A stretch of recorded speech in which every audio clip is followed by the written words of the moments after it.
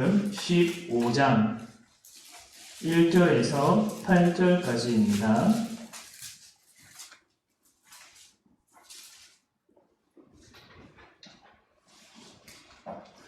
제가 봉독하겠습니다.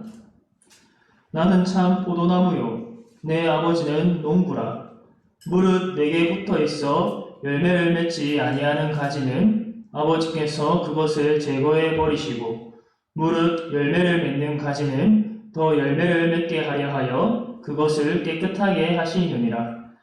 너희는 내가 일러준 말로 이미 깨끗하여졌으니 내 안에 거하라. 나도 너희 안에 거하리라. 가지가 포도나무에 붙어있지 아니하면 스스로 열매를 맺을 수 없음같이 너희도 내 안에 있지 아니하면 그러하리라. 나는 포도나무요 너희는 가지라. 그가 내 안에 내가 그 안에 거하면 사람이 열매를 많이 맺나니 나를 떠나서는 너희가 아무것도 할 수 없음이라. 사람이 내 안에 거하지 아니하면 가지처럼 밖에 버려져 마르나니 사람들이 그것을 모아다가 불에 던져 사르느니라. 너희가 내 안에 거하고 내 말이 너희 안에 거하면 무엇이든지 원하는 대로 구하라. 그리하면 이루리라.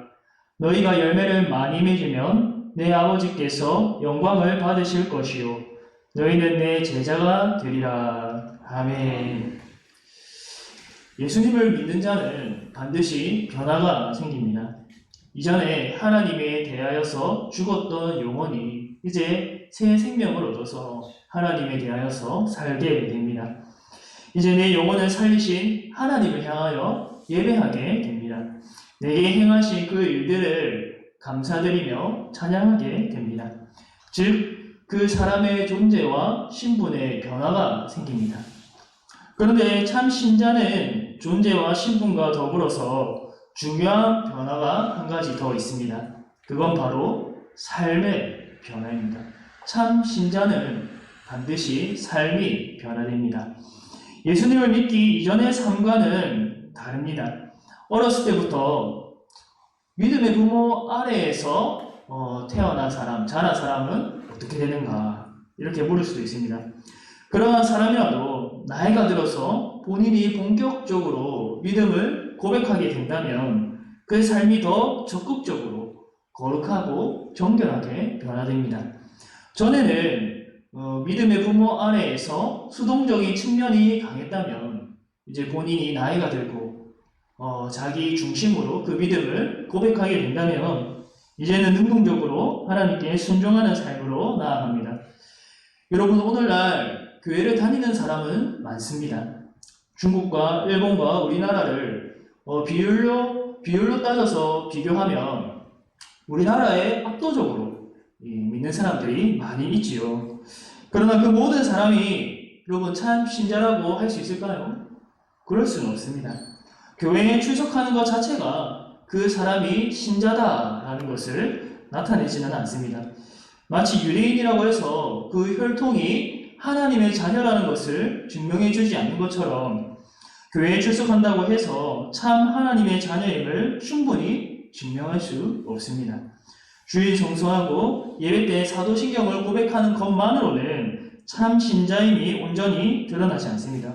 이것은 아주 소극적인 증거이고 온전하지 않습니다. 그렇다면 누가 참 신자임을 알 수 있느냐? 주일만이 아니라 일주일의 모든 삶과 삶의 방식, 그의 생각과 가치관 전체가 하나님을 향하여서 변화가 일어나는 사람이 참 신자입니다. 다시 말하면 그 사람을 볼 때 예수님의 형상이 나타나고 예수님의 향기가 드러나는가입니다. 제가 지난 주일에 요한복음 15장 9절에서 17절까지를 설교했는데 15장 1절에서 8절은 하지 않았습니다. 이 본문을 안 하고 지나치기가 너무 아쉬워서 이 금요기도회를 통해서 설교하게 되었습니다. 오늘 본문에서 예수님의 아주 유명한 말씀이 나오죠. 나는 참 포도나무요 내 아버지는 농부라. 요한복음에서는 예수님께서 나는 뭐뭐이다 헬라어로 에고 에이미라는 말씀이 총 7번 등장합니다. 오늘 말씀이 그 마지막에 해당합니다. 총 7가지인데 제가 말씀드리겠습니다. 첫 번째로 나는 생명의 떡이니, 두 번째로 나는 세상의 빛이라, 세 번째로 나는 양의 문이니, 네 번째로 나는 선한 목자라, 다섯 번째로 나는 부활이요 생명이니, 여섯 번째로 내가 곧 길이요 진리요 생명이니, 마지막 7번째로 나는 참 포도나무요. 예수님께서는 나는 뭐뭐이다 라는 말씀의 마지막으로 포도나무를 말씀하셨는데, 이 마지막이라는 그 순서에 의미가 있어 보입니다.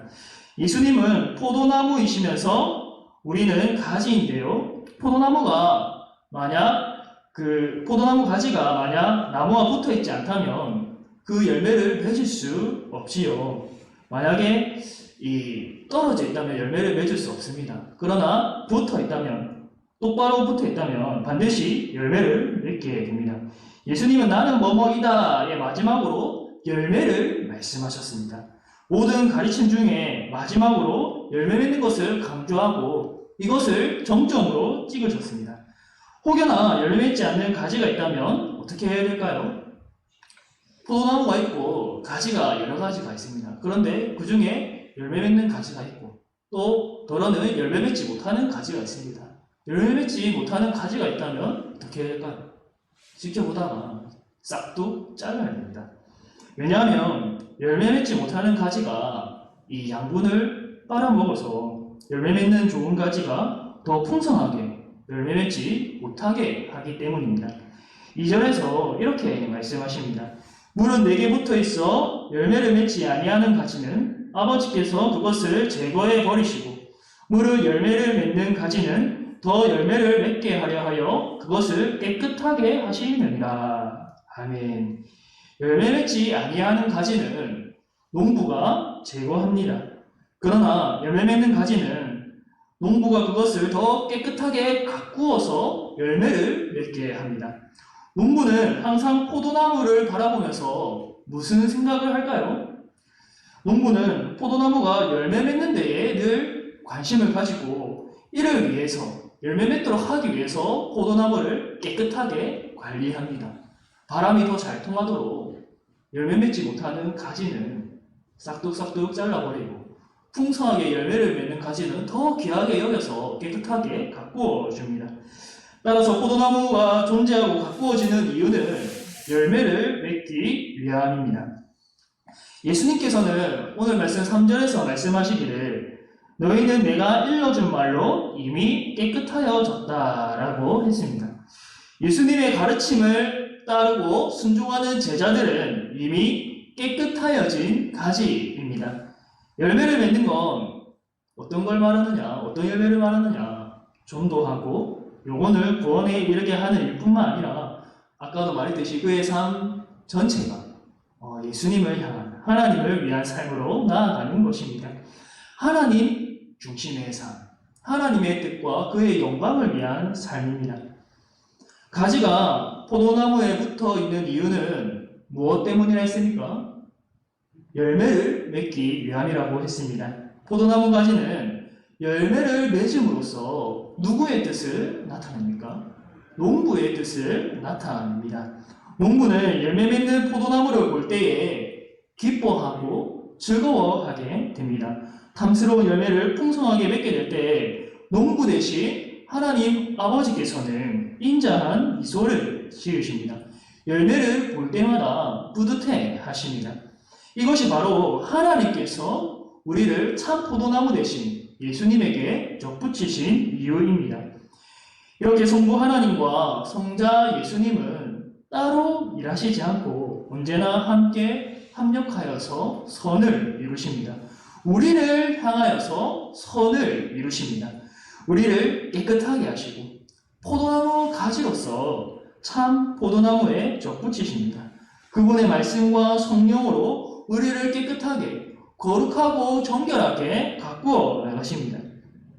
4절과 6절 말씀해 보면 예수님께서는 그 열매를 잘 맺기 위해서 내 안에 거하라, 내 안에 거하라 라고 말씀하십니다.